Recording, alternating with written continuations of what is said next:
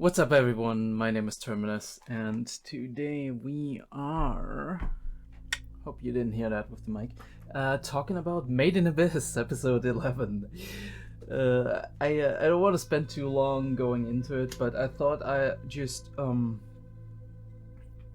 of we recap a little bit about what happened last time. We went into, let's boom, get it on the screen. The Goblet of Giants, which is a new area. I find it very interesting that there's all these spikes happening, right? And again, I said it looks like a lot of little moons reflecting back, and we know that this is basically the light being reflected into the abyss, and the goblets with all that water inside is reflecting the light back, and all the steam is breaking the light, and so this bluish hue is going to be created, which is very cool that they actually put some thought into how this is working out. And it's a really atmospheric place. Like, there's so many shots that I could just use for screen grabs or whatever, and I'm definitely gonna take one of these shots and just put it down for one of the thumbnails. And we do actually get told by Rico that these flat creepers, which I looked at it, the flat creepers are known as the goblets of giants. So it's these big mushroom-like things that have the water pools on top of them, and those seem to be like prey trapping mechanisms, as much like the other thing that we've seen in the Great Fault, where Rico fell into, where it's like probably something is going in there and it's like a Venus flytrap, and it's gonna shut itself or something, or maybe they drown in the pools, and then there's some kind of effect that takes place that makes the plant digested to some degree. I don't know if the plant is actually carnivores or not, but we do at least know they do lure in some kind of life forms and try to eat them, so I would assume so. But we do actually find out that the moisture that is coming up is thanks to these mechanisms, thanks to the goblets of giants, or the flat creepers as they are called, which is an appropriate name, I guess, although I don't know where the creeping comes in. And we do have a symbiotic relationship here, right? The flat creepers seem to, like, those fly trapping those prey trapping mechanisms seem to not work or kind of wither away every 2,000 years or so, Rico says. It's very interesting that they actually can pinpoint that they have the form of technology to kind of just at least kind of ballpark it in which cycles or whatever this stuff is happening. And when they wither away, though, there's all these other plants that grow along the flat creepers, and they complete the growth. So we do have an actually symbiotic relationship where the flat creepers probably provide nutrients and moisture and provide possibly shielding from sunlight, because there's certainly probably life forms or plants that don't like being exposed to this much light. And the moisture and the big umbrellas basically serve to help them, and the thick trunks of the flat creepers probably perfect environment for them to grow up on, and get whatever nutrients and whatever else they can get. Maybe parts of the plant actually does want sunlight, but the other part doesn't. So it's growing up those flat creepers and finding a way to thrive, while it is actually providing a foundation for the flat creepers to not just break apart when their nutrient supply maybe weakens or lessens or whatever. So there's a very interesting very interesting comment on these symbiotic relationships that happen a lot in nature too. With, for example, if you do see entire mushroom networks at work in nature, especially in plant life, symbiotic relationships are a big thing, but even symbiotes also exist in animals themselves. And we do have the downside of the symbiotics well, not the downside of symbiotic relationship, because it's not a symbiotic relationship, but we have the opposite of the symbiotic relationship, which is a parasite, which is withering, like sucking away your life slowly and steadily until you die, and then finding a new host. But yeah, this seems to be a real symbiosis, and I always find it very interesting if the environment is so detailed. There's so many interesting ideas in here that we can talk a little bit about. Yeah, what we see here in this very moment is once again Riku's vast knowledge of the abyss, how much she actually read into this, how much she planned to go down there and took in any information that she can get. She can identify almost any monster on sight. She can tell you a lot about the environment and what it actually tells you, and how to possibly even orient yourself based on that. That is really cool, because you do see that she put a lot of time and effort into becoming an expert of the abyss, be that because of her own herself being drawn to it, or be that because of all the actual cognitive motivations that she has with her mother and the whole culture being built around the abyss. But she knows a whole lot, and we do once again experience that here. What that also tells me, though, this little discussion, is we did see the praying skeletons up at the edge of the abyss, which are also supposed to be from 2,000 years ago. That there must be, well, not must be, but there could be a lot of cycles within the abyss where major changes happen within the environment. That this whole that kind of exemplifies or let's say it kind of strengthens this impression that the abyss is an extremely large ecosystem, but also that the abyss itself might have a will or a structure upon which these cycles of change happen, right? The prey trapping mechanisms wither away every 2,000 years. There's praying skeletons from 2,000 years ago that all died in the same position. This happens every 1,000 years. This happens every 100 years, right?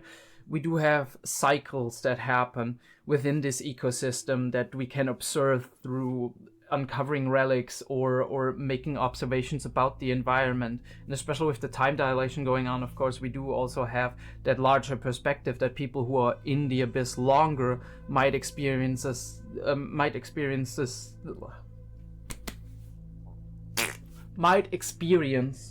all of these shifts of environment and these changes up above, right? They go down, they observe their environment very well, and they spend a lot of time down there and in uncovering relics or finding out secrets. And then they come back up and they see the environment has changed, the creatures have changed, the plants have changed. It is a very interesting concept because as such you do have a much larger time span in which you can kind of look at things. That is a thing that is very hard to do in actual science. I mean, we do it, right? We do have these generational studies where we do start out with studying subjects in the beginning of their lives or at a specific point in their life, and we do tests or questionnaires or experiments or whatever we want to find out every 5 years, every 10 years, and we do look at the certain changes in that one thing or those 2 or 3 things, those constructs that we want to observe. But it's very hard to retain those subjects, to retain those people coming back and coming here for the follow-up. A lot of things happen in life, right? You move somewhere else, even another country possibly.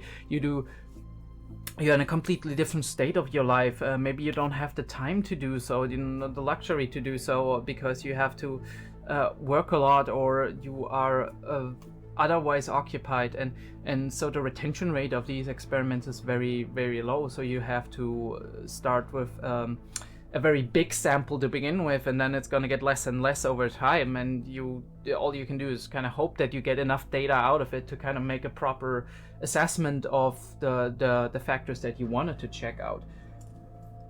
But yeah, this is an interesting concept where where you might have people from hundreds of years ago, white whistles or whatever, people who have essentially even immortalized themselves. Maybe I'm thinking of the robot guy, for example, the Sovereign of the Dawn, and they can observe a lot over the course of time and kind of relay that back to people as information, and so we grow and we know more about the nature in the abyss, about the life or the effects in the abyss, and that means future generations are able to explore it further to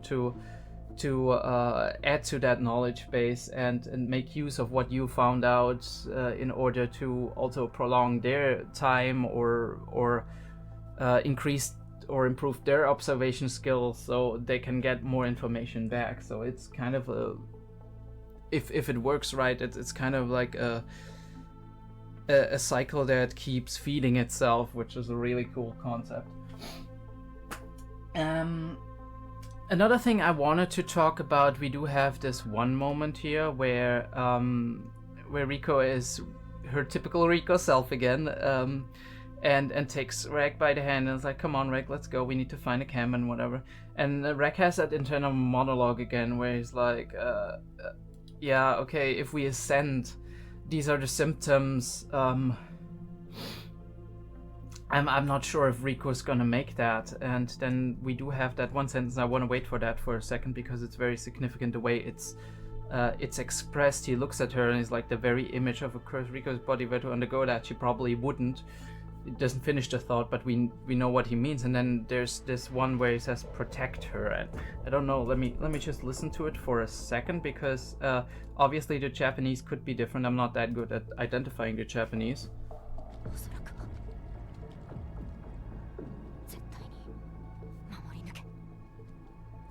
Setsai ni, no matter what, and then something else which I can't identify, but maybe you guys can help me with that. Either way, it feels very robotic the way Reg says that. I mean, we know Reg is unusually obsessed and anxious about Riko to begin with, right? This is almost an unnatural, obsessive instinct, in my opinion, for him to protect Riko.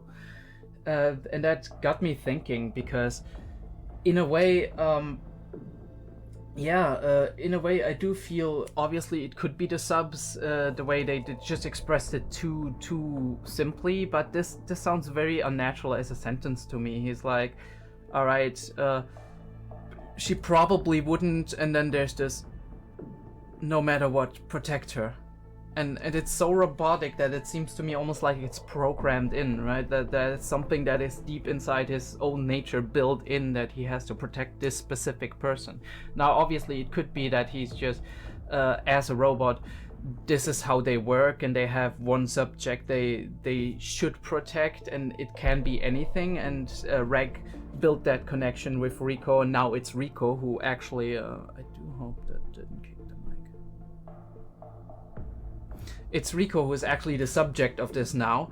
Or it could be that specifically Reg is for some reason tied to Riko purposefully, which we kind of got some hints here and there that this might be possible, but we never got hints that it's actually the thing, right?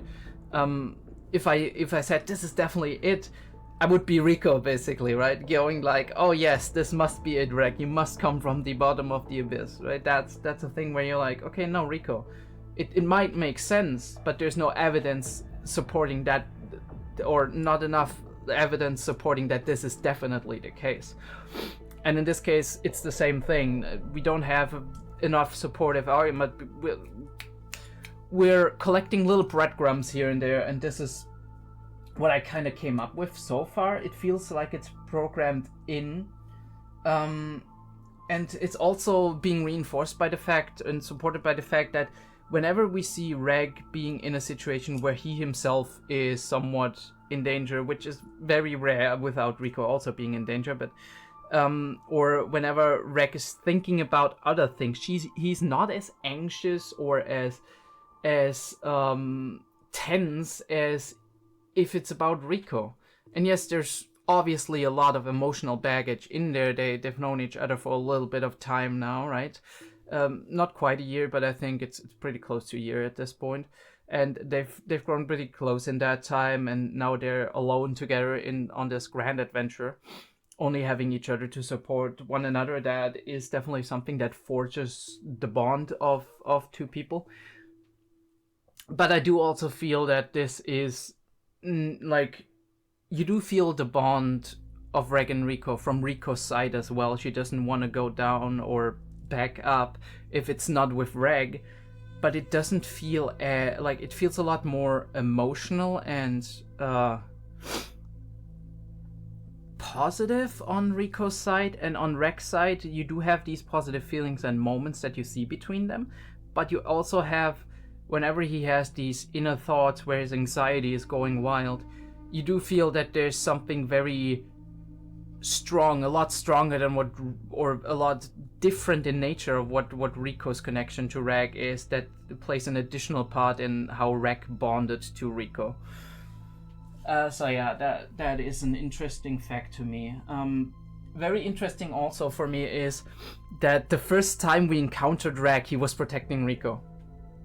Right, when Reg and Riko didn't know each other, at least seemingly and supposedly, if there isn't a thing. Reg obviously lost his memory, so we don't know, but the first time we encountered Reg was Riko fleeing from the split jaw, almost being killed, and then Reg using his absolute ultimate beam weapon that makes him pass out to damage the split jaw and get it away from Riko. So that is a very heavy emotional response to a monster that doesn't attack you directly, right? The monster's attacking somebody else. Also, we see not Annette earlier being almost swallowed by the monster. Reg was nowhere to be seen. Obviously, it could be that Reg stumbled upon the scene later. But if Reg was present somehow, he didn't do that hyper beam whatever thing for Nat. At the same time, when Riko was in danger and actually tried to get out of there, Reg did do it. Now, obviously, we didn't see anything about how it happened, how Reg encountered the situation. There's a lot of possibilities, but it's a very interesting fact that the very first moment, because this is very important for the audience as well, right, of a narrative, that the first time you encounter someone, what they do, that kind of sets a tone. And we do have the very first moment we encounter Reg is him being passed out after having saved Riko from mortal danger, and this pattern continues and continues and continues. And the interesting thing is, before Riko actually knew Reg, we have this pattern occur, and then she meets him and is like, okay, you saved me. That sets a very interesting example. Other than that, we do have Nanachi who came out later and helped us. I wanted to talk a little bit about like the emotionality and the stakes in a crisis situation, but I think I talked about it already a little bit with Reg and we kind of discussed it in the earlier episodes as well when Ozen was doing the training, that Reg is very, very anxious and it's hard for him to make decisions. Now, obviously, we need to kind of talk about what's going through your head in situations like this. Oftentimes in crisis situations where somebody else or you yourself are in mortal danger, it's very hard to keep a straight thought, because all of these thoughts are going through your head. You're overstimulated, right? And every second new information could be coming in. Riko groaning in pain, the symptoms of the ascent of the curse, the poison. It's all too much for Reg in this moment to even kind of just order his thoughts. And Riko, interestingly enough, like we said last episode, she keeps that calm mind and fights through the hallucinations, through the delirium, to actually try to focus Reg, right? And that is very important, that you have somebody, especially in an emergency situation, no matter if you yourself are the one who is being affected by something, like you're poisoned or you're you hurt yourself or whatever, or if it's somebody else close to you, that you do have somebody, or if you don't have anybody, obviously you need to kind of just learn to do it yourself, that refocuses your attention and keeps you focused on the important stuff and keeps your thoughts from always spilling out, because that's a real problem for people who have a lot of anxiety or who have a lot of depression, that it's like I said, hard to make decisions. We mentioned that last time, but also it's especially hard to to fight down all of these thoughts, right? These thoughts that are coming in your way, that are very like that are hindering you a lot. Now in a less let's say in a less deadly situation, in a less to use an example, like a parallel, in a less high stakes situation, you do have people who have a lot of exam anxiety, for example, and they are worrying about, okay, what's gonna happen if I fail? Did I learn this enough? Right? Shit, I do have all this other stuff that's going on in my life that I still have to organize after the test and whatever, and all of these things are going around in your head and you can't stop them. And what is often recommended for people like that is that they grab themselves a piece of paper and they just write down their thoughts, like a stream of thought kind of way, to just get it out and get it out of the working memory system. Because believe it or not, our working memory is very limited. We can only process and keep so much information and work with it at the same time. Now obviously a lot of the information that we already have, the knowledge we have, it's saved in different parts of our brain and not in the working memory. But our working memory itself, like the pieces of information we can use at the same time and process and combine and work out a solution, they are limited. So whenever we're getting flooded by these ideas of, oh god, what is gonna happen, like in Rex's case, is she gonna die, it's all my fault, I should have protected her better, all of these things, guilt mixes with fear and frustration of not being able to do enough, not being able to make the decision, right? It's a vicious cycle, because not only are you losing valuable time, but the fact that you're losing valuable time is additionally getting into your head and blocking off anything that you could be doing, because you're worrying so much about losing time. You're full of adrenaline, that too, like, right?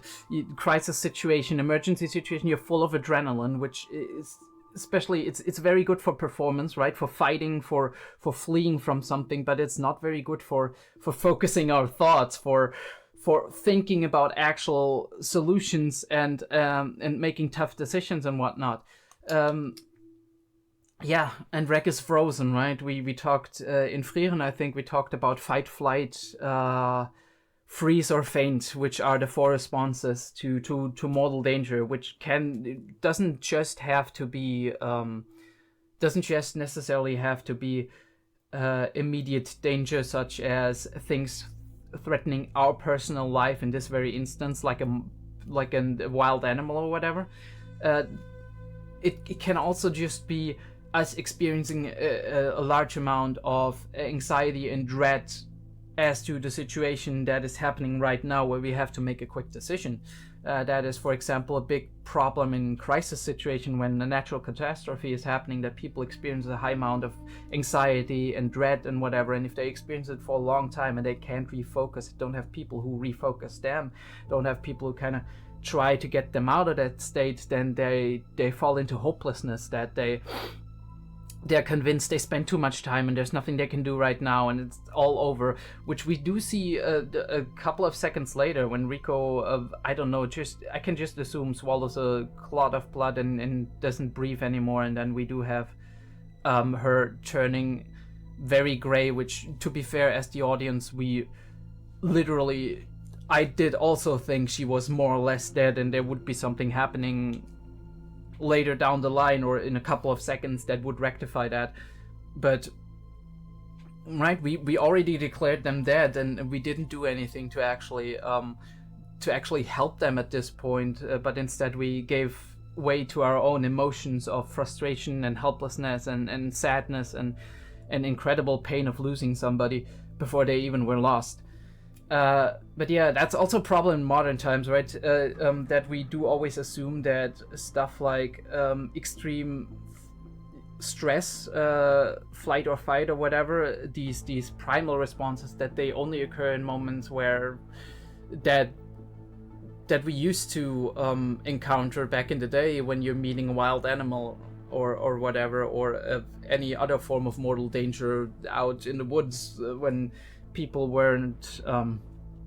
hadn't settled down yet. But actually that's yeah, that's kind of a leftover of our evolutionary history, and it's kind of making us problems right now, because whenever we experience stress, and stress in this case doesn't just have to be immediate mortal danger for ourselves, but can also just something we have to fight or flee from, but can also be something we can actually not fight or flee from, like stress at work, social stress, or the stress of having perform something quicker or more than you actually can manage in the allotted time that you have.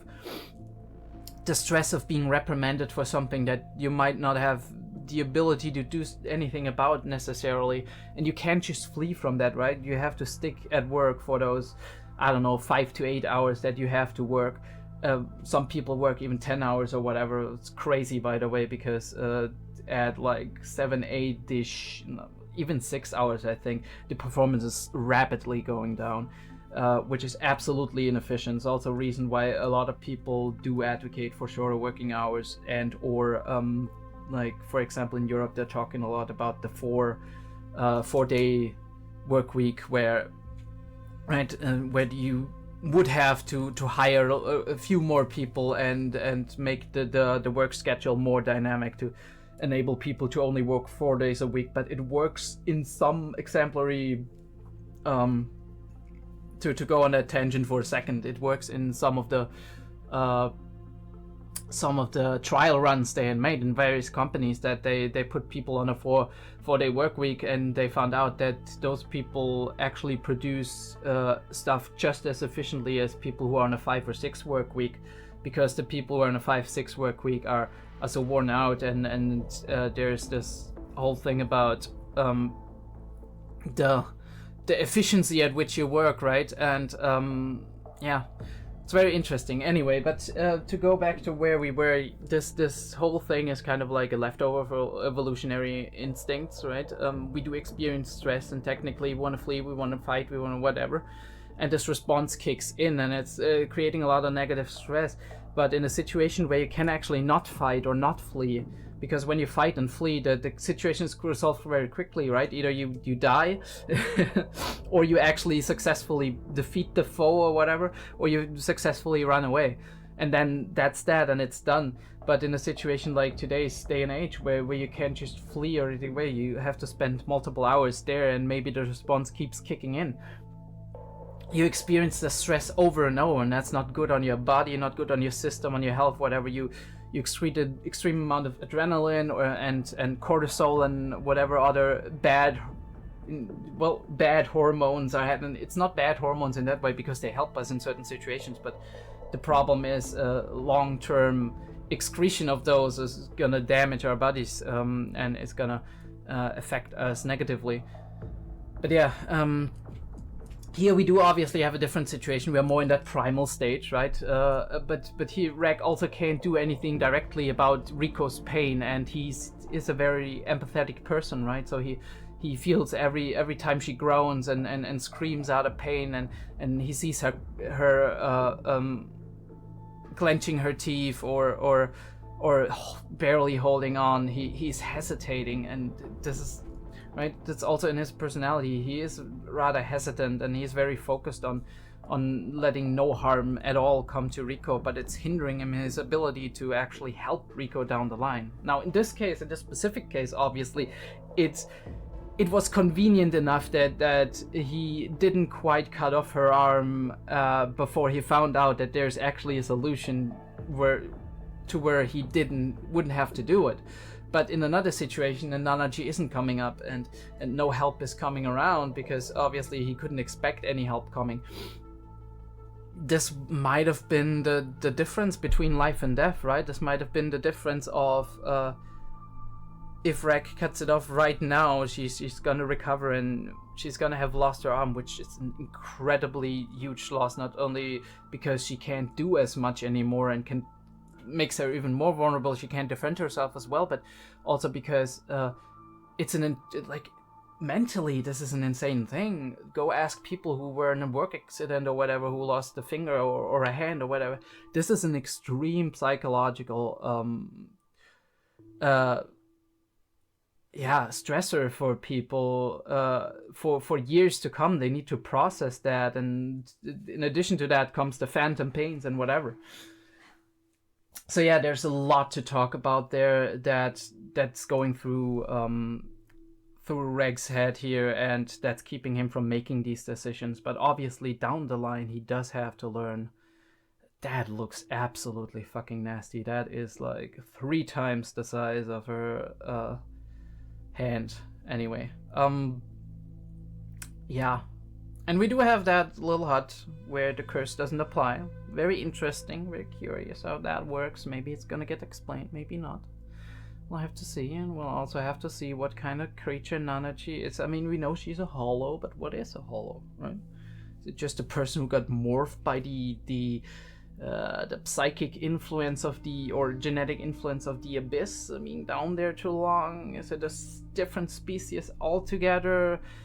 Is it a revived construct kind of species where we do have, like in D&D lore, we do have constructs which are like built like androids, almost human-like, right? Given life and a soul. But yeah, very, very interesting and exciting stuff. Interesting things to talk about. I would actually, like I said, I did want to kind of go into psychological states in an emergency situation, but to perfectly I did research a little bit for an hour or two and look into some stuff on the side, and I didn't really find anything that I could make into a concise video on that. Obviously, there's a lot of theories on stress. Look up Lazarus, look coping mechanisms, whatever. That is a very interesting field to go into, especially these days, because stress is a huge problem in our everyday life. Now, crisis situations are obviously a little bit, crisis situations are obviously a little bit different in general, and you do have to see what kind of aspects of crisis situations you're interested in. Obviously, you have to differentiate between what can I do to prepare and how can I remain calm on a level of just being prepared for something bad happening in general, or if you want to look into what really happens inside of our minds, what happens with our stress, how can we modify that on a deeper level, which is a whole different thing altogether, and very specific often, right? Specific to the crisis situation, specific to the person experiencing it, because oftentimes when we talk about reducing stress and being able to handle difficult and challenging situations, we often talk about being in therapy and treating your own personal problems like depression, anxiety, whatever. That ultimately then we do have to find a specific therapy for, or a specific form and combination of therapies that we can where we can achieve some modicum of mental stability coming out of it, where you do learn kind of to deal with it on your own, to calm yourself, to have techniques and cognitions that help you master situations and that help you also relax outside of these situations, so you're ready for the next day of work or for the next challenge you're about to take. Then we also talk about leadership in crisis and how important it is. That's also its own different topic. Leadership is a lot is a big topic in work psychology, for example, when you're talking about building good leaders for companies or for specific teams or expeditions or whatever, depending on what field you're working in. But yeah, we're gonna make a quick cut, and then the usual, it's gonna be the reaction. See you guys then. Right. Guys, as always, remember, before we jump into the episode, the picture-in-picture is in the description down below. There's 2 versions of this, the edited version, which you're gonna see now, or the picture-in-picture, which you're gonna see in a couple of seconds if you click on the link or copy the link. In the description, the links aren't there yet because YouTube has this thing that you have to reach certain numbers to actually do the link, to actually have links in the description. I'm sorry about that, but this is how it is. I sometimes post it in the comments for people who are using smartphones, that it's easier for them. But yeah, 2 versions. Please subscribe. I also do have a Patreon. but more on that at the end of the episode. See you then.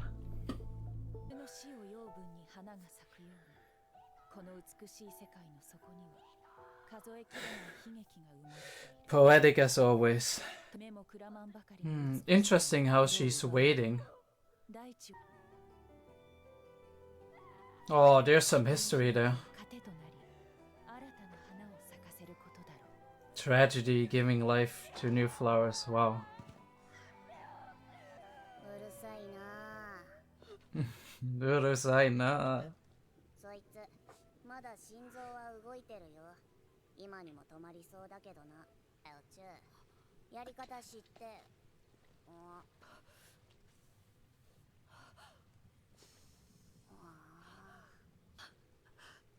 The question is, how long was she out? Does she have any damage from that?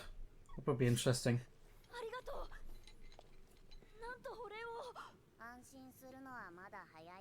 The poison and the arm and whatever.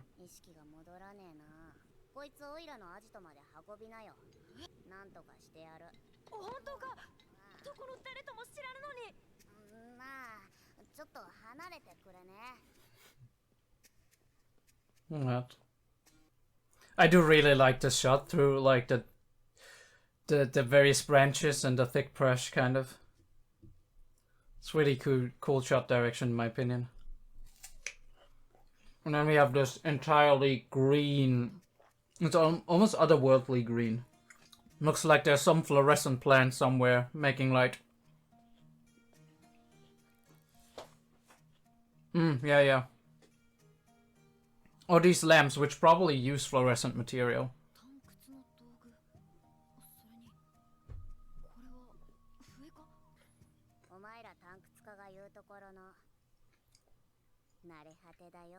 And yes, these horns going downwards, which is very interesting to me. Like the design of the horns going upwards is kind of devilish, but if they go downwards, it feels more like an animal in some form.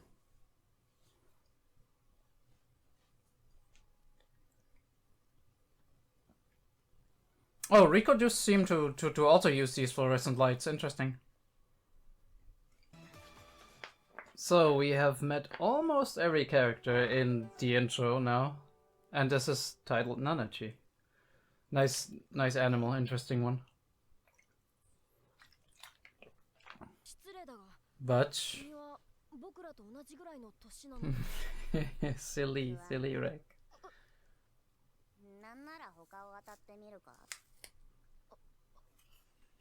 I don't think this is the time to distrust or...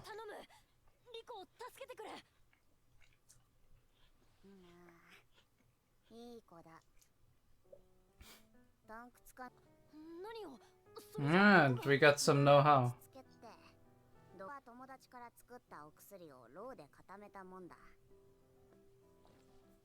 A friend of hers, so there's more people down here, huh? How's that called in English? A suppositor? Something like that. Suppository or whatever. I don't think that's the right term, but... He only had that little knife. I mean, I was like, this little knife? Holy shit. Oh, nice stitching work. She's got some skills. Cool. Rico's still looking like shit, but you know. And he broke it, so she needs a thing now. I wonder if we're gonna stay here for a while to let her heal, or if there's a short solution for that.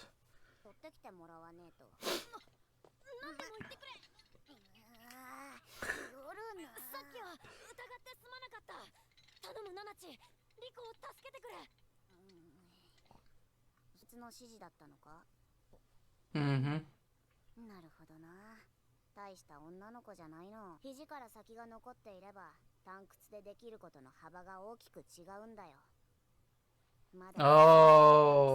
Oh yeah, I mean obviously, right? That is really cool that she's thinking this far. Oh no, Rico, not Rico, she would never give up. One thing I noticed when I say earlier, People down in the abyss don't seem to like showing affection, which is very interesting. They keep people at arm's length, literally. Oh, was she the one that he felt following them? Oh yeah, okay, so it wasn't even the stalker, it was... Interestingly enough, she didn't save them with the 𝐷𝐢𝐿𝐴. Alright. A little bit of a different sense of morality, I guess. She wanted to see what they're capable of.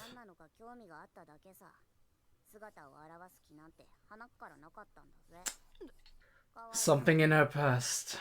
Yeah.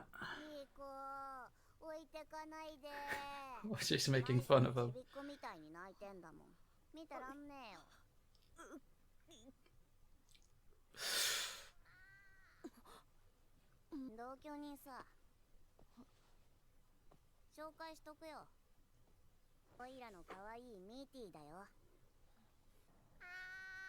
A young 𝐷𝐷𝐿𝐴?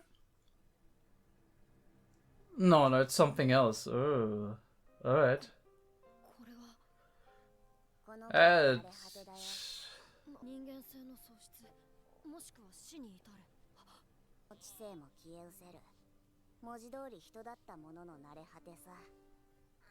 They're building up those stakes and that anxiety for 𝐿𝐴.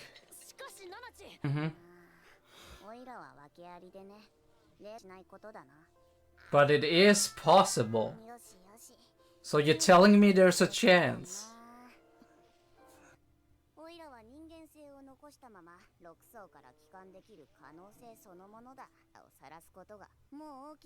Alright, that makes sense. That makes sense.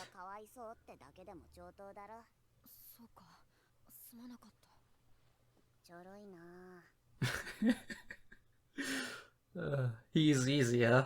Oh, it is what it is. He's a nice guy.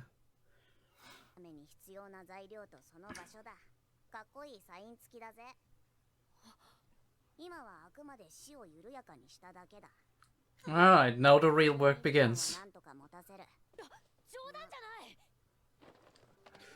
Let's go, 𝐿𝐴.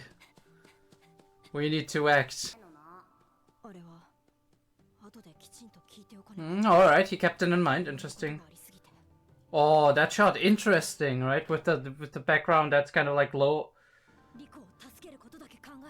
And like all the other stuff at a slight angle. Very interesting. I do wonder what happened to Liza and Ozen and whatever, because they went deeper than that, right? Oh, she recognizes the whistle. Oh, so she knows the Dawn guy. The Servant of the Dawn. Whoa, that is a creepy whistle, holy shit. That is some horror stuff, holy shit. I like it though, it's really cool design. Like an undead hand. Wait, is it that? No, no. It's fine.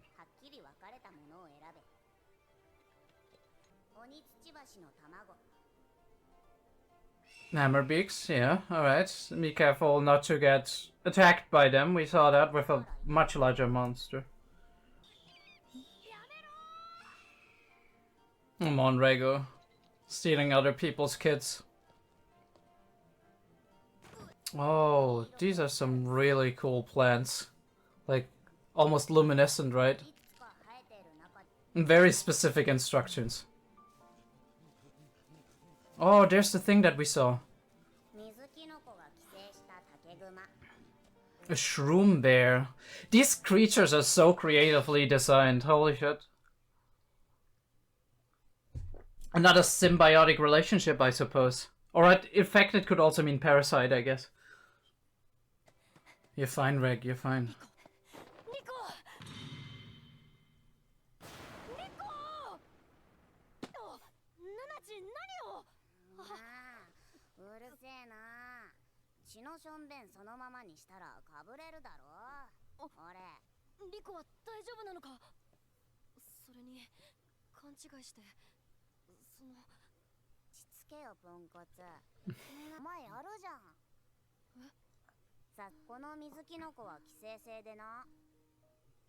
Okay, so they are parasitic. Oh, but isn't that symbiotic, technically? Oh, see, it's not parasitic, it's actually... Okay. So using, like, a misattribution of host as to your advantage.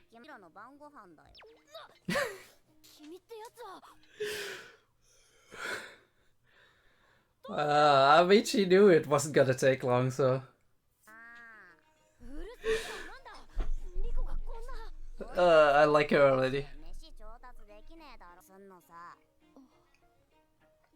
I mean, it's kind of a weak argument, but... Yeah, he's a pushover. I fucking knew it. ちょうどいいな。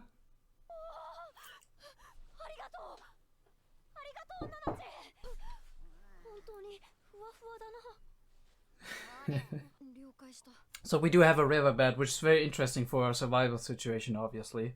Where do we get fresh water? That's always like a question I'm constantly in my head when I'm thinking about... Oh, that is cool. So we are at Eternal Fortunes. The flowers that Liza loved so much. And some graves, I think.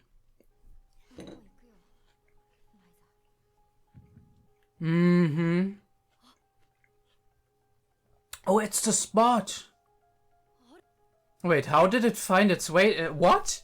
How did it find its way there? I mean, did Nanachi put it there, or does it find its way back to a place? What? That is weird. Oh no, he's in a memory. He's in a memory, of course. Yeah, Rico picked that up in the beginning. Maybe that's connected to Reg's. Yeah, I didn't even have that in mind anymore. Rico picked that up in episode 1.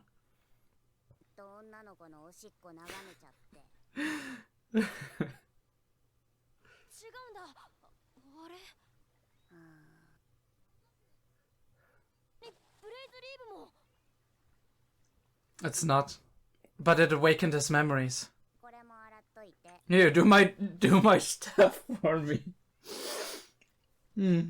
Put yourself to work. I mean, it's the least he can do, I guess, for saving Rico.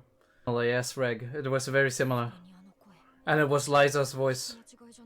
He said something to Liza. No, it wasn't Liza's voice. It was his voice saying something to Liza.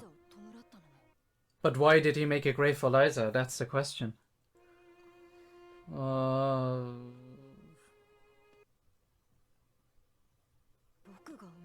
I'm feeling a bit uneasy about what just happened there, but maybe it's actually wholesome, I don't know.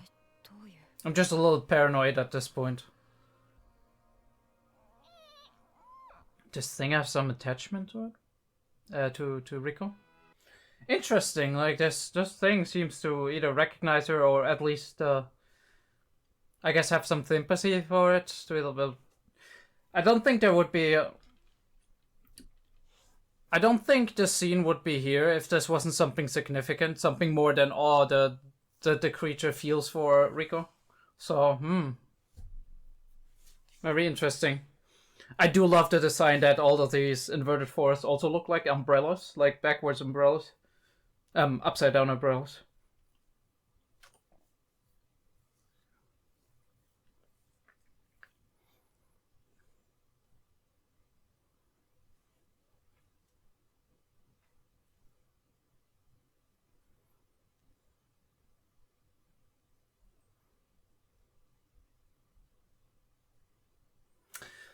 Yeah, another interesting episode. It's more like a setup episode, I would say, but a more calm episode. But we do find out a lot of interesting information. We do meet a new character in a way, right? We did meet Nanachi last time, but we didn't find out anything about her. So we have more of a feeling of what kind of person or what kind of creature she is.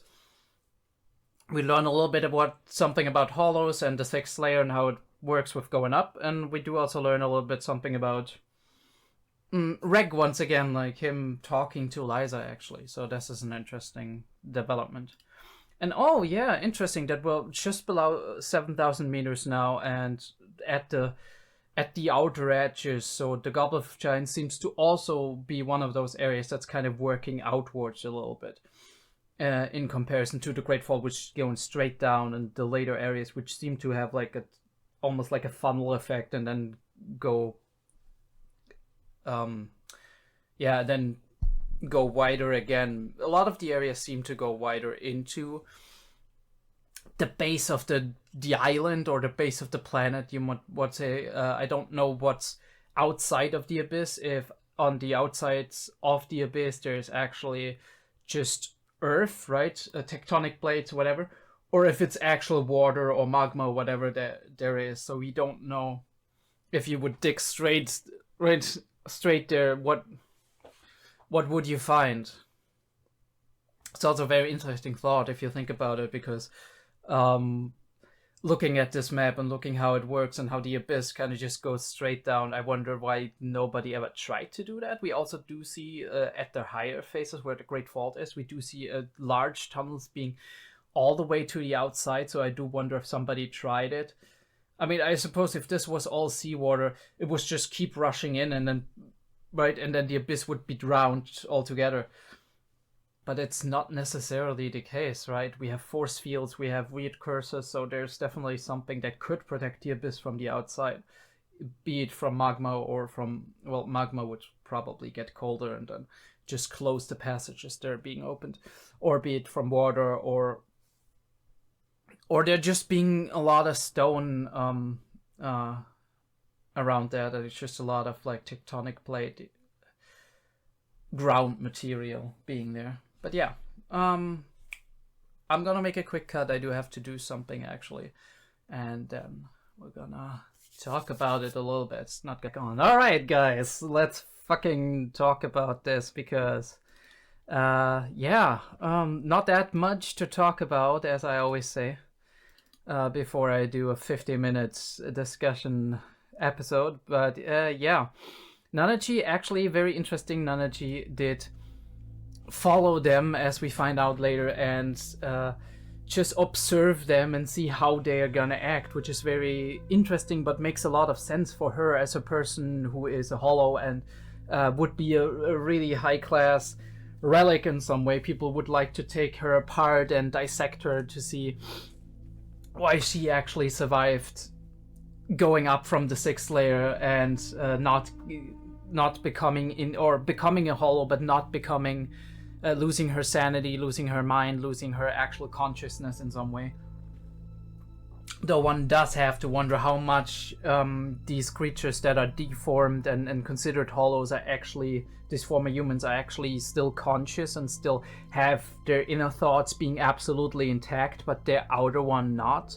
I wonder if this is a mostly physical alteration, or if it's different from person to person, that some people just not get modified as much on a physical level, but absolutely get driven insane, and other people have almost no effects inside of their mind, but their physical nature gets deformed in such a manner that they can't do much anymore, other than maybe move around like that thing we saw later on, and that their inner mind being intact, which immediately makes me think of conditions such as MS, or I don't know how it's called, I think ALS or whatever Stephen Hawking was suffering of, only his wealth and like the wealth of his family being able to compensate for that by providing him with the necessary equipment to still do his mostly intellectual job,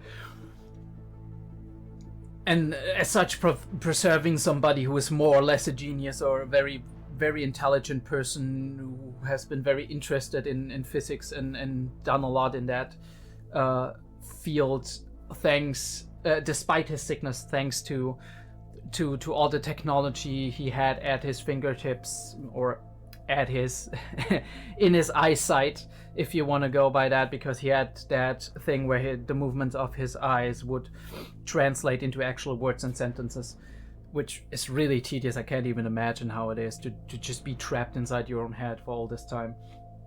And it was very fortunate, of course, that he was that he was practicing in a field where most of your work is of an intellectual nature rather than a physical nature. But yeah, I wonder how much of that is really. I mean, she is a hollow, which also makes you kind of just. I want to talk about it later, but let's just pick up the topic immediately. So we have that out of the way. I do wonder how people like Ozen or Liza, how they can actually withstand this ascent, because obviously they have been down and up a couple of times now, and have survived it with most of their humanity intact, most of their physicality intact as well. So I do wonder if this is an effect of them just strategically being very meticulously and carefully ascending meter by meter, centimeter by centimeter over the course of months or years, or if it's just a matter of physical resilience and mental resilience for going back up and actually having that, or if it's a matter of the longer time you spend down in the abyss in a layer, the easier it will be to get back up, which would be kind of a loophole in that whole the abyss swallows you whole and keeps you thing. But yeah, we have to find out how that works. Reg obviously is unaffected, much as Nanachi might be either unaffected or at least less affected and more resilient against it. And we do see that the two characters that we've met so far, that we were able to talk and kind of exchange information with, that have actually managed to stay mostly unaffected, especially by the curse in general in case of Reg, or by the curses of the lower levels of the abyss, like in Nanachi's case, are actually not quite human, right? But we do have we do have this strongly hinted at that Nanachi actually used to be a human at some point, so I do want, or a human-like. So I do wonder if Nanachi was completely human, or if she on some level already had like the animal furry kind of structure and body, and was actually of another race, and maybe that's what kind of let her withstand it more, or if that was actually a modification that happened while she was in the abyss or as an effect of ascending again. Either way, she's carefully observing them, seeing if they mean her harm or not, and also listening to them to see what are they thinking, how are they solving these problems, right? She's also observing if and to what degree they can help themselves, and then she actually didn't want to help them, we do find that out, but rather she, in the last second, she kind of took pity on them. She was like, all right, you know what, we see that short flashback, if I can actually find that. Yeah, we're zooming in. Wait, let me just go to double speed for a second. Yeah, we do see that, right? And it feels to me like the person we see that from, that we are slightly behind of, is Nanachi, and this person in front of her is her friend or some companion of hers that possibly died, or maybe it's even the thing, right?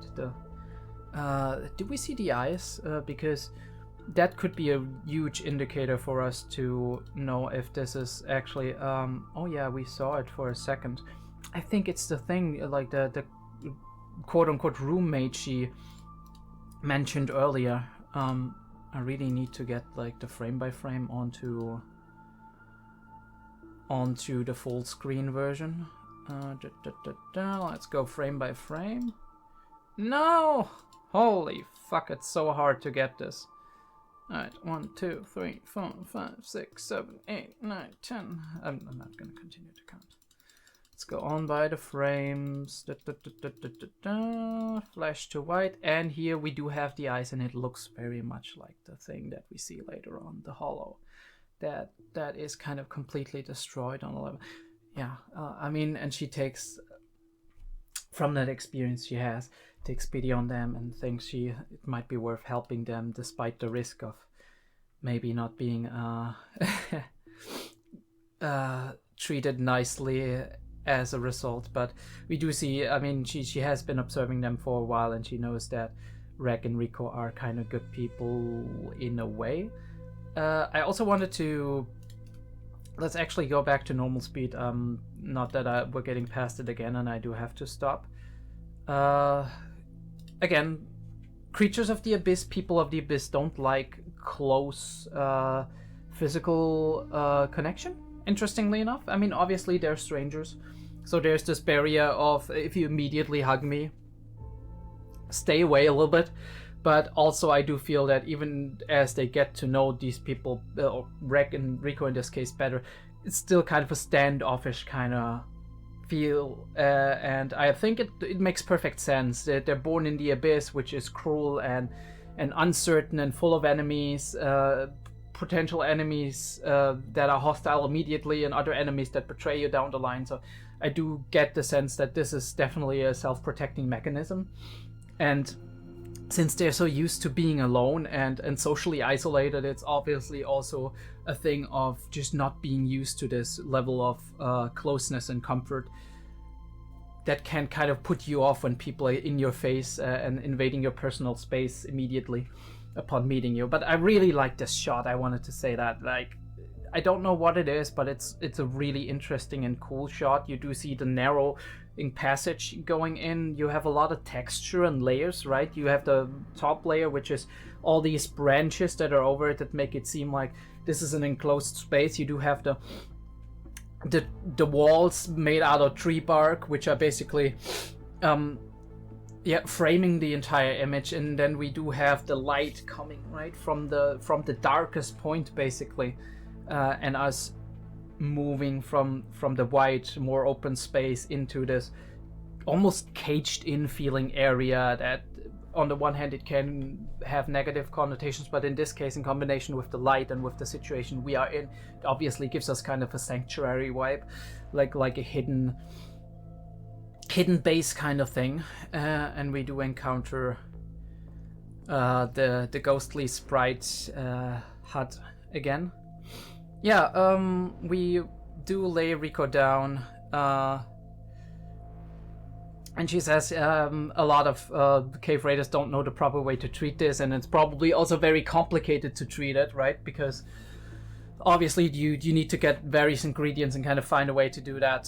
So the easiest way, the shortcut way to do it is just to cut your arm off, and we do get the information later that Riko actually wanted Rek to break her arm, which is more painful and all that, in order to cut it above the elbow, so she would be able to do more Cave Raider stuff afterwards. So it's insane how far Riko can think when she actually wants something, right? I mean, obviously she's often short-sighted, running into situations because she's too excited, but on the other hand, she has a lot of mental capacity and ability to figure out things and think ahead and whatnot, and even, like we said, have a calm mind in a crisis situation. Like in this situation where you're like, okay, holy shit, I might die, I am in so much pain, my hand hurts, I might lose my arm, but you're still able to think, okay, if I have to lose my arm, I want to be able to at least do some stuff with it, so I'll better tell him to break my arm and cut it above the line so I can still do that, and I'm ready to take that pain in order to keep pressing on. And it's insane how much willpower Riko displays here, and how much she's willing to take on for her to go deep into the abyss and fulfill her purpose in a way. Even though obviously it's not always plausible and realistic that she will be able to continue, because the things are getting more and more difficult, of course. Also very interesting how in Nanachi's design she has this head on, and the head almost seems alive, right? We have these two weird eyes looking things, like some kind of I don't know, some kind of crab or whatever is in that shell and looking out and being like, oh, what's happening there? And she uses that shell as a helmet or some stuff. It's a really cool design, together with like the scales on her neck. But yeah, she's gonna remove the spawn fragment, stitch the blood vessels together, actually interesting that she is capable enough and has the motoric, the motor capabilities to stitch together the blood vessels and all that. Yeah, alright, so we talk about it, she sews it up, and 𝐏𝐢𝐏 is obviously immediately ready to do something about it. Also very interesting how we do not see the wound anymore. It should be visible, but we know it's fixed in quotation marks. Oh, wait, what does she say here? I know. It's the first time anyone like you two has come here. Interesting. So it's the first time she actually invited somebody in their home.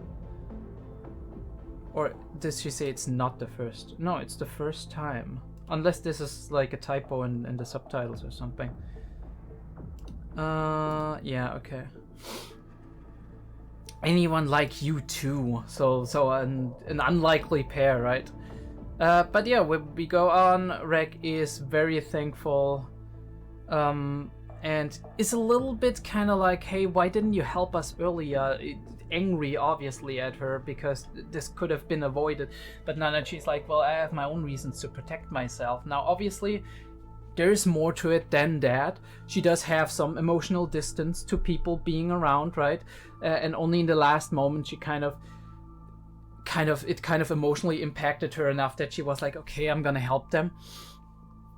But obviously the reasons she uses to justify it to 𝐏𝐢𝐏 are real reasons. It's not like she just made them up. It's more like half reasons. She knows that these are reasonable thoughts that are behind her staying in the dark and just keep observing and not going in there. But at the same time she knows, at least from her morality system, that it's technically wrong to have waited so long and that she could have gone in there and done it earlier.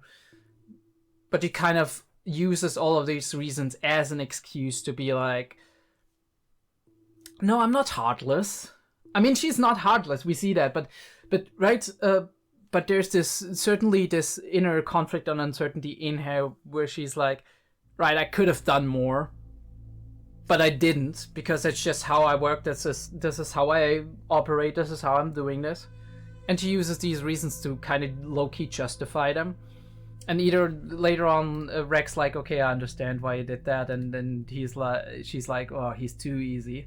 And we do have that joke coming up again. 𝐏𝐢𝐏 is very, 𝐏𝐢𝐏 is very nice to people, very empathetic, very amicable as well, and agreeable with people. So she kind of uses that to excuse herself from the responsibility, which, again, it's a subjective matter, right? How far are you willing to go for strangers that you don't even know? How far are you willing to maybe if she stepped in, she herself might have been in trouble, right? I mean, she's not invincible, definitely. Like, she had that armor on, but who knows, the orb piercer might have pierced it too, so she would be putting herself in danger trying to save them. And what good would it do then if she died and they kind of managed to escape, but the next thing is going to hit them up and they're going to be dead anyway. So there's this thing to think about. And also, like she said, she's one of the few individuals that actually came back from the 6th layer with her sanity intact, with her humanity intact. And people would be very interested in that, so you don't know if you wouldn't try to get her up to Earth and study her, or tell tales of her, be like, there was this being whatever, and then the White Whistles or other cave raiders are gonna come down and be like, all right, we need to study this being. So yeah, she's, in a way, she's protecting herself, but also she has some. Maybe she's not emotionally on the same level, and there needs to be the special kind of people, in this case 𝐏𝐢𝐏 and Rico, who are very vulnerable to a degree, very naive, very young, that pull her heartstrings by triggering some of her memories on how it used to be for her and whatever. Cute little Mitty. So I do wonder if they went into the abyss together and came back up, and this is how they ended up. But it looks horrid. It looks like one of those. I had actually a campaign in D&D where I played an alchemist, and for alchemists in Pathfinder 2nd edition, there's this thing which is mutagens and whatever, and there's actually in Pathfinder there's a species that is kind of like I don't even know how they are called. I think fleshwork or something, like a clump of mutated flesh, just a weird science experiment gone wrong. And this is how it looks to me, and this is horrid, really. Like the way everything is deformed, and the thing is kind of just raggedly breathing, and we only see one eye on the front.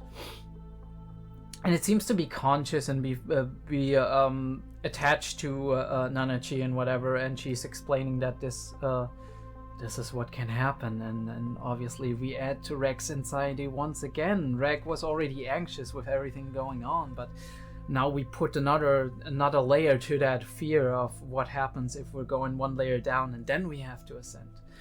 So the stakes are getting higher and higher, and it's getting harder and harder to make that decision to even go a couple of meters up. So all the way you can do is go down. So whenever danger is coming, you go down, you go down, you go down, and you get yourself in even more of a mess, and even more danger, even more stakes, even more horrible monsters and other kinds of dangers. And it's a vicious cycle, right?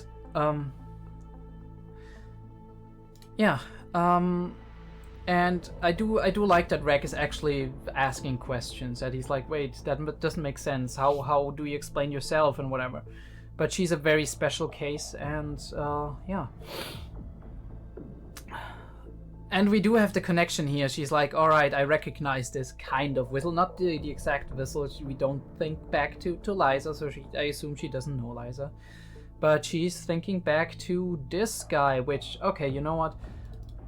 First of all, cute as fuck. And we do see that she's a lot younger here, so very interesting. We actually do see that she's growing up like this, so she must be some kind of species, or she was very young when she got transformed. So it supports the theory that she's a different species altogether, but obviously humanoid, so there's that. But I wanted to look into...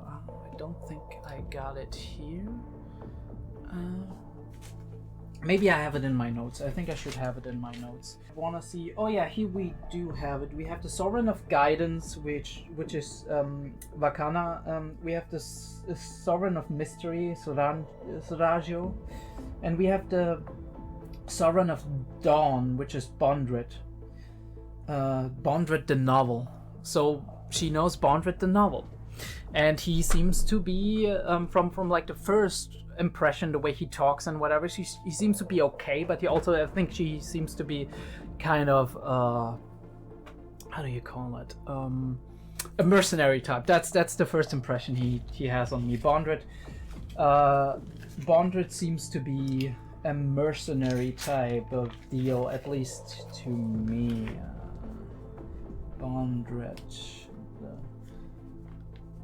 novel. He's also the only one of the sovereigns, the white whistles, who actually appear in the intro. So I do assume that in the first season, or maybe even sooner than that, in the first core of the first season, there wasn't cores back when I think Made in Abyss, or there was cores, but Made in Abyss doesn't have specific cores, I think. But I think it could be even in this arc, next couple of episodes or something, that we do meet Bondred, the novel, as the Sovereign of the Dawn, and then we maybe find out what this whole Sovereign of the Dawn thing is that's going on. But she knows him, and she remembers him back when she was more little, when she was smaller.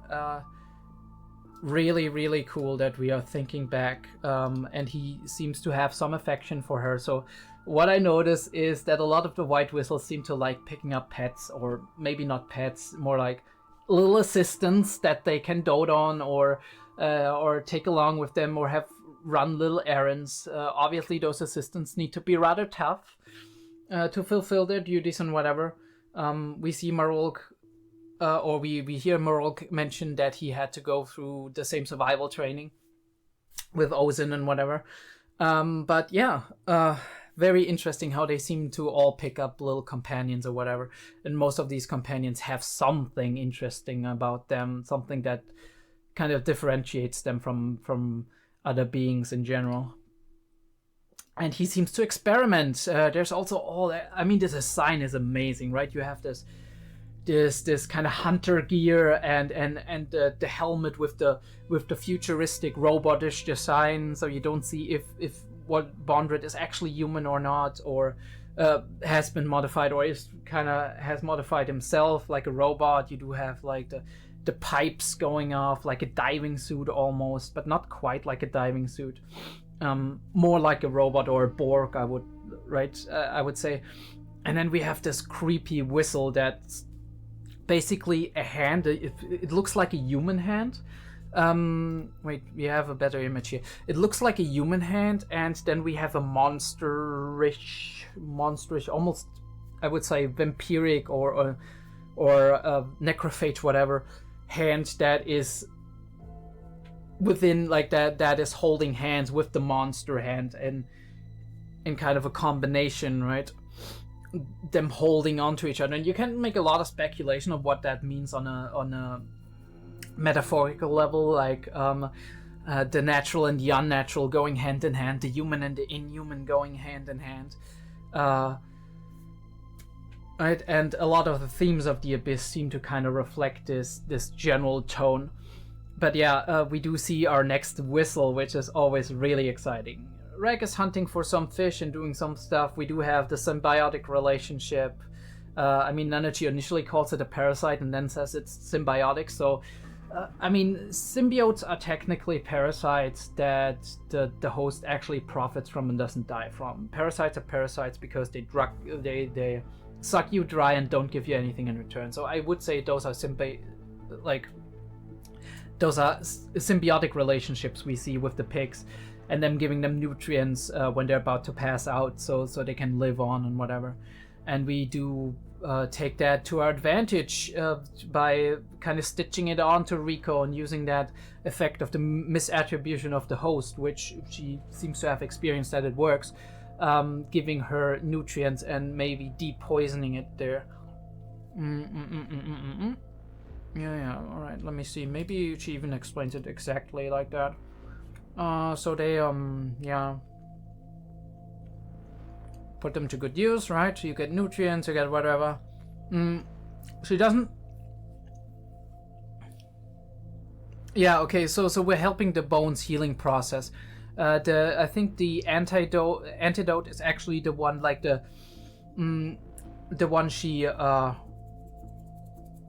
dried up that she gave her earlier, so the antidote is already starting to work more or less, and we just need her to stay healthy and stay alive for the moment as long as that happens. So I do wonder how she will look going up if these mushrooms have to be removed again, right?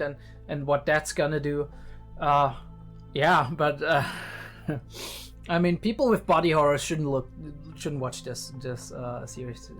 Like with people who don't like body horror or gruesome weird things. She's a little bit embarrassed for Reg showing so much affection, but it's natural, right? She's the one who saved Reg and Rico, especially Rico.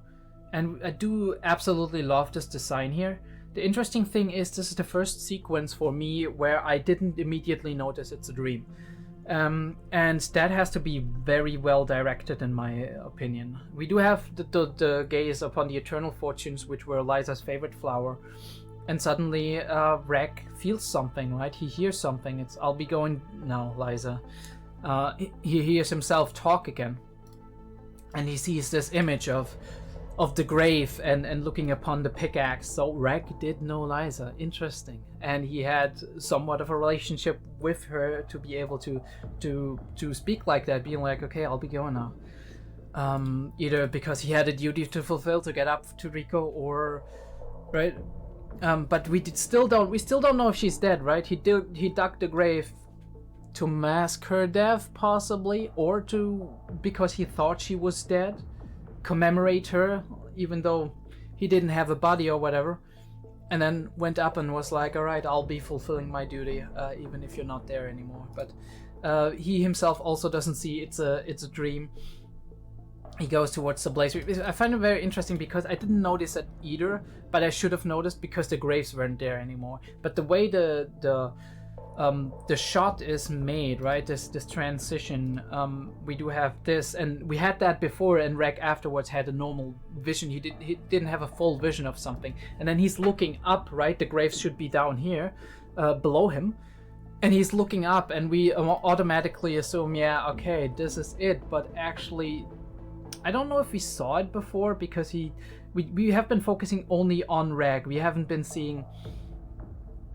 Yeah, we have just been seeing the downward shot, so it could very well be plausible that looking forward there is this giant field of flowers that 𝐸 sees in his vision here. So, but I should have seen it because the light is a little bit ethereal, and we do have like a very steamy nature to the entire scene. But then again, the Goblet of Giants, right? The Goblet of Giants has a lot of moisture going up, a lot of fog clouds. So you don't immediately realize that. And you know that it was in the Goblet of Giants where Ozan found the grave. So yeah, but that triggers his memory. And I totally forgot about this thing that Rico picked up. I wonder where it is at this point. If it's in the backpack that got lost, or if she has it on her person somehow, like in a pocket or whatever. But she picked it up when she found 𝐸 unconscious when he did save her from the split jaw. So this is definitely gonna come up later on. I wonder if it has something to do with the star compass, because they look very similar in design and color scheme, or if it's just another trinket and relic that will be important down the line. But yeah, Nanachi making fun of him a little bit, and him realizing that all he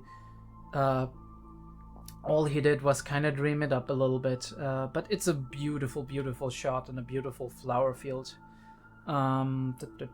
Blaze reaps over there, and we do see the shot. Yeah, look at all this grove and like this nature and how vibrant the greens are. It's amazing.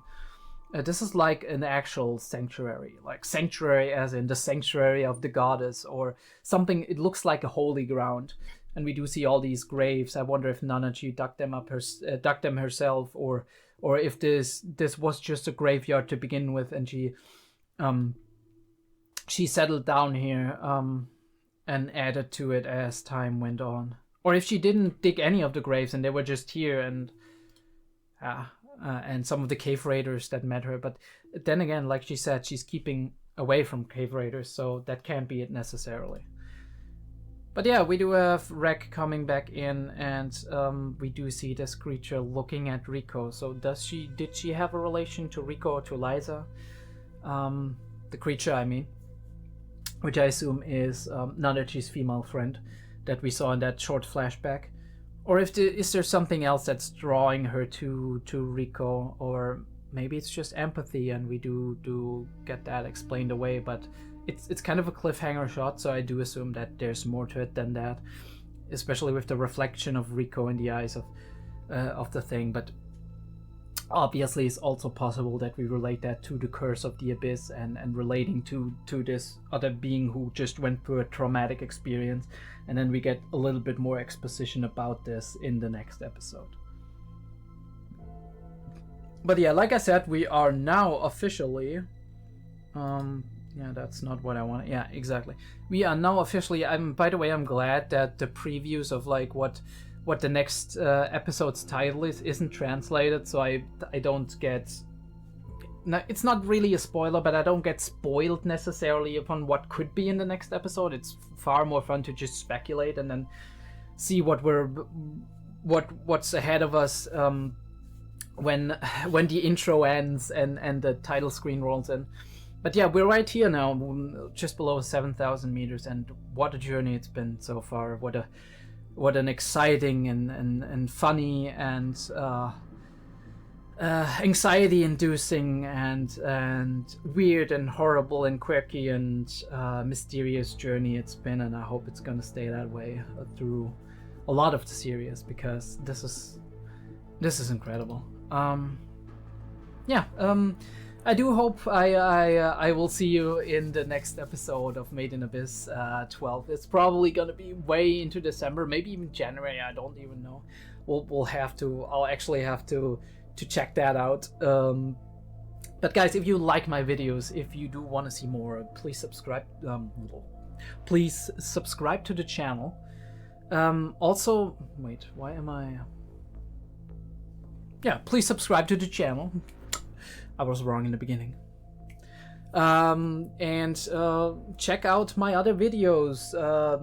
Give me a like if you like it. Comment on the videos. I do really like it, and I sometimes make some comment spotlights to highlight some stuff that I find interesting or that I want to answer to. Obviously, I do answer the comments themselves, but I really like it to just discuss it again and then find some material to discuss with it. In some of these pre-episode things. I mean, we always find something to talk about, but sometimes it's more interesting, sometimes it's less interesting, and the comments can add to that, to the more interesting stuff. And kind of just give voice to the people who really like this series, who want to enjoy it. I do also have a Patreon, so if you want to see more of Made in Abyss, I have 1 week early access for $3, and if you just want to spend $1 and support me, you get a special role in the Discord. We have a Discord server. The link is in the description below. It's free to join the Discord, no problem. I do also have higher tiers with poll voting rights. If once Made in Abyss ends, once 𝐕 ends, which is, by the way, my other series, check it out if you like 𝐕. Might have timer reactions on 𝐕 depending on how copyright goes, because I had a couple of issues with that, and I think other people had too. It's kind of a little bit hard at the moment. That's something you notice a lot in seasonals as well, that the copyright sometimes picks up at a certain point. You get a couple of videos blocked, and then you have to think about what you want to do. For now, it's as of the moment of recording this video, I'm still doing edited reactions, but if it gets too hard, I'm probably gonna switch to timer reactions. Either way, yeah, join the Discord, check out the Patreon, subscribe and like the videos, and I'll hope to see you again next time on Made in Abyss.